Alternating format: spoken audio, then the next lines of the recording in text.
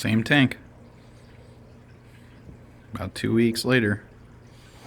Done some 10% changes, aside from the 50% change the first day I had the filter, the sterilizer rather. And this is what I got. I've even added a few fake plants.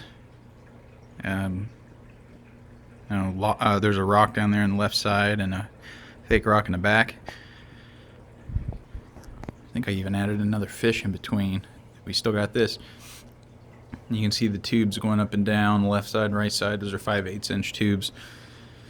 Pond tubing. I've kind of rigged some things to hold it in place. Some Velcro ties that I got from Lowe's.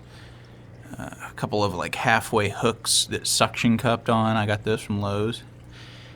In the back is the filter, and that was kind of the worst part. That thing was $70, but it pushes a good amount of money, or it was a good amount of money. Pushes a good amount of water. There's a filter. You can't really see it there, but on the front of the filter there is got its own like mini filter, and I've got it covered by that rock. It's like a microphone almost. So anyways, this is my African Cichlid tank. I think I've got 10 fish in there right now. That red top hongi is the youngest. Venustus in the front.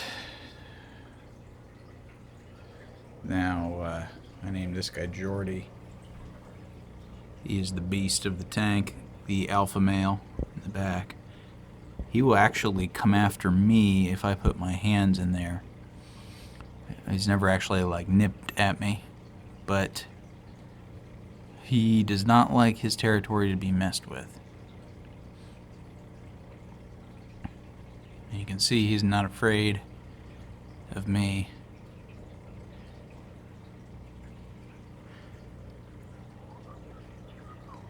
That's the hongi.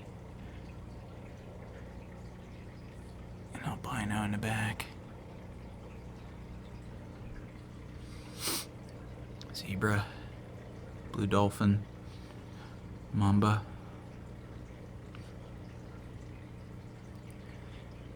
And the blue guy there, that blue dolphin is probably my favorite.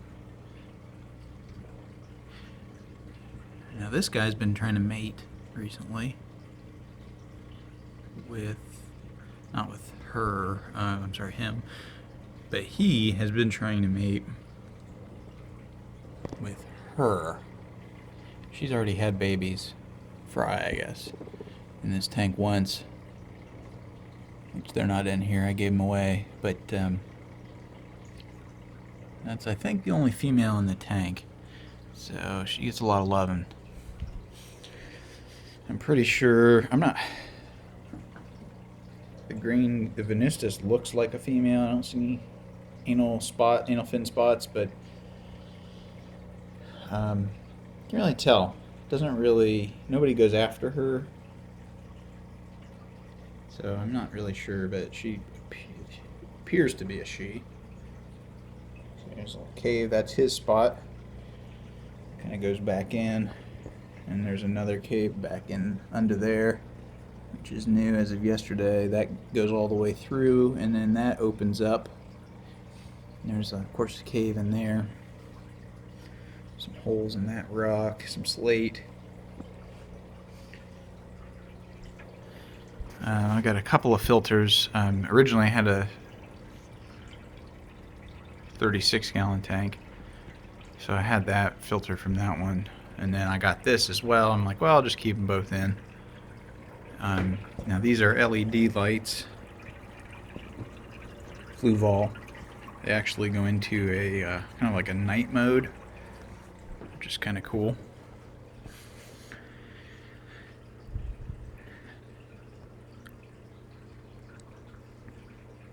Kind of hard to see on the camera.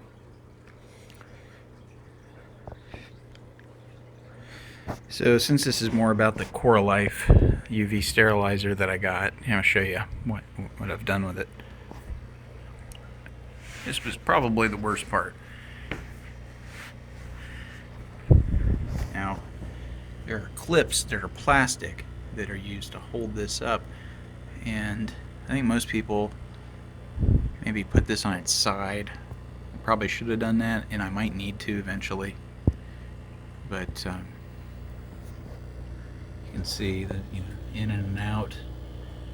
First I had a leak over here, so there's like I don't know if that's a gasket or whatever you call it. It's rubber and it holds that in place over top. Same thing in the back. Those kind of snake around the back. So all that water, and I drilled through. You can see the sawdust. There's a water filter in here, or an air filter rather. Lots of remnant tubing that I didn't end up using. Now I've been making my own filters out of this polyester filter fiber. I'm not really doing a great job with it. I kind of just take a chunk and put some of that carbon in there and make a little filter, and I shove it down into those hang down filters. I'm sorry, I don't really know the terminology. Been feeding them just cichlid pellets, API. I do add aquarium salt. Well, I did when I first put the tank together. From what I understand, you don't really need to add more of this unless you start all over. I don't think it ever dissipates. But they seem to like that, and it keeps the disease down. This is, the label's gone, but it removes the chlorine. I bought this mineral salt, so I don't use it. I think it doesn't. I don't need it with the other aquarium salt. Originally, I tried to solve the algae bloom with the stress zyme. Didn't do anything for me. But as you can see in this room, I mean, I don't keep the window open, but it's right in front of a window. So, you know, I do have a cover on the back or whatever, but, you know, this room is very bright. There's a lot of windows in here and a high ceiling, so, and there's windows there. I mean, that's why we bought this place, is because there's a lot of light in here, and I like that. Unfortunately, the fish tank, and this is just something I wasn't aware of, you really can't do that and not expect there to be an algae bloom. So basically my choices are get this sterilizer, which as you can see is working like a charm. I mean, it was never this clear even before the algae bloom in my old tank. Or move it to a dark area, which is what they tell you to do anyway. So of course I keep it clean still. I'm not just not cleaning the tank, but I did maybe a 10% change a couple days ago. I mean, this thing really, it's a miracle what it's done. This is the 9-watt CoreLife UV sterilizer.